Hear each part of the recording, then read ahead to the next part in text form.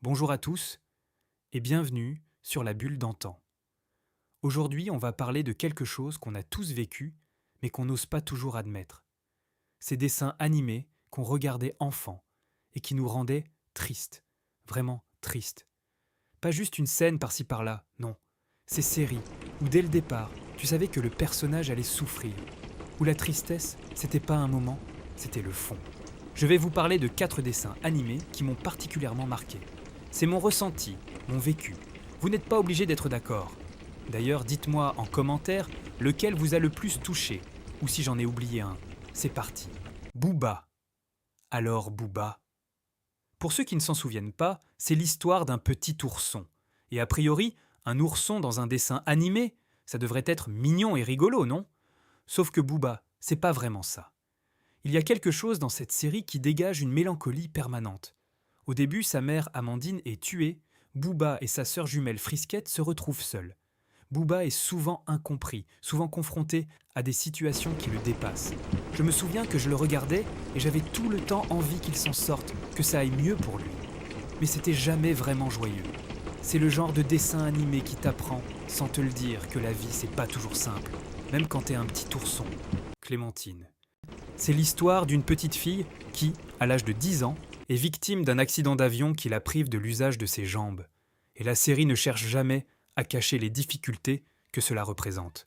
Ce qui m'a toujours marqué, c'est son courage. Malgré ce qu'elle traverse, elle garde le sourire, elle avance, elle continue à rêver et à se battre. Et toi, devant ta télévision, tu ne peux pas t'empêcher de trouver ça injuste. Tu te dis qu'une enfant ne devrait pas avoir à vivre quelque chose comme ça. C'est peut-être ça, la tristesse de Clémentine.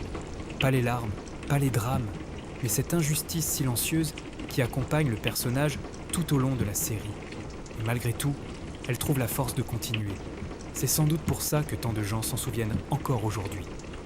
Rémi sans famille. Là, on monte d'un cran. Rémi sans famille.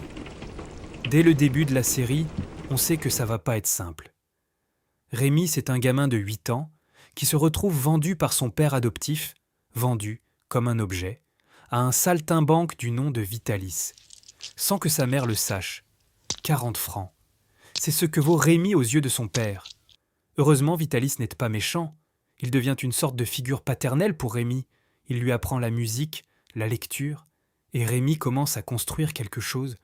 Une petite famille de fortune, Vitalis, les chiens Capi, Zerbino et Dolce, et le petit singe Joli Cœur. Et là, évidemment, le destin s'acharne. Zerbino et Dolce sont tués par des loups, une nuit d'hiver. Joli Cœur meurt de maladie. Et Vitalis meurt de froid dans la neige en protégeant Rémi de son propre corps pour qu'il survive.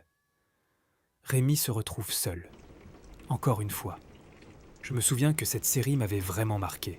Pas à cause d'une scène en particulier, mais parce que à chaque fois que Rémi commençait à être heureux, quelque chose se brisait. Et enfin, Candy, la grande, l'incontournable. Candy, c'est une orpheline américaine du début du siècle. Et dès le départ, on comprend que sa vie va pas être un long fleuve tranquille. Elle est martyrisée par Elisa et Daniel, les enfants de la famille qui l'hébergent. Jalousie, méchanceté, humiliation répétée, mais Candy garde le sourire. Elle avance, et elle tombe amoureuse d'Anthony, un garçon doux et gentil. Et là, Anthony meurt. Chute de cheval. On voit l'enterrement. On voit Candy dévastée. D'ailleurs, cette scène a provoqué beaucoup de réactions à l'époque. De nombreux parents l'ont trouvé trop dur pour le jeune public, preuve que Candy allait bien plus loin que la plupart des dessins animés de son époque. Ce qui me frappe encore aujourd'hui, c'est que malgré toutes les épreuves qu'elle traverse, Candy continue toujours d'avancer. Et c'est peut-être pour ça qu'on s'en souvient encore. Parce que derrière les aventures et la romance, Candy parlait aussi du deuil, de la souffrance et du courage. Ce dessin animé était tellement triste, tellement intense, que les adultes eux-mêmes pouvaient pas le supporter pour leurs enfants. Et nous, on le regardait tous les mercredis sans se plaindre. Booba, Clémentine, Rémi, Candy. 4 dessins animés qui n'avaient pas peur de montrer la vraie vie à des enfants. La solitude, l'injustice, la perte. Si vous avez aimé cette vidéo, n'hésitez pas à la partager à quelqu'un qui a grandi avec ces dessins animés. Et dites-moi en commentaire lequel vous a le plus touché. Ou est-ce qu'il y en a un que j'aurais dû mentionner? À très bientôt sur La Bulle d'Antan.